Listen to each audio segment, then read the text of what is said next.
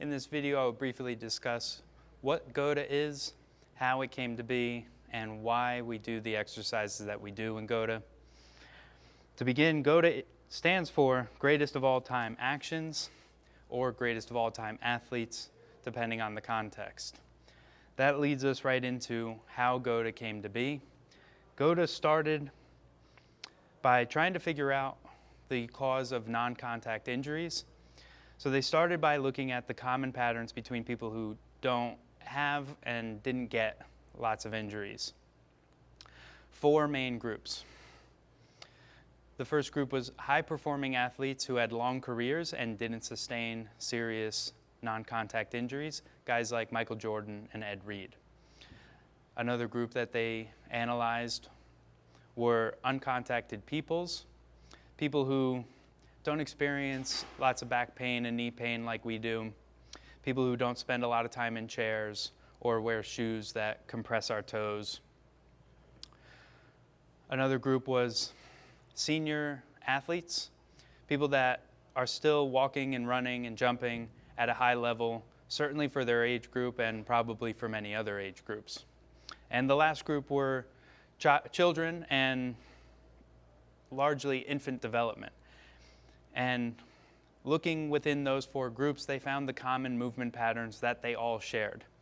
And the belief is that those common movement patterns are the blueprint for longevity and pain-free performance, specifically in running, jumping, walking, cutting, juking, and so on. So then why we do the exercises is because they match up with the blueprint that they found by analyzing those groups. And starting with child development, you have the child rocker. So many babies start their movement journey here in the child rocker. And if you turn this exercise 90 degrees, the knees and the hips are performing the same action in the child rocker as the squat. It's just loaded more by gravity in the squat than it is in the child rocker. And with the toes together, heels away, tops of the feet down into the ground, when I flip this up, my feet point straight, whereas the opposite, with my toes out, heels in, when I flip this up, my knees want to cave in, which is generally regarded as not a great position for your knees. Then we have the bow hip stretch, which can be just a bow hip stretch, but is also the crawl.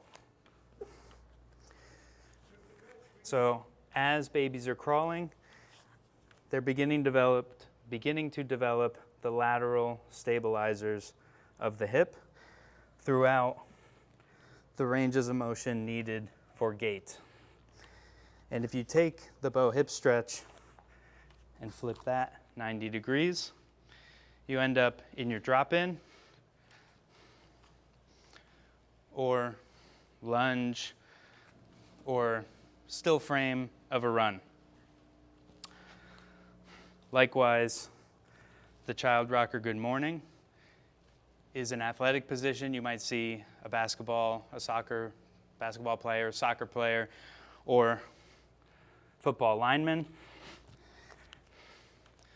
The bow hip stretch, or the standing double bow, it's the standing version of the child rocker good morning.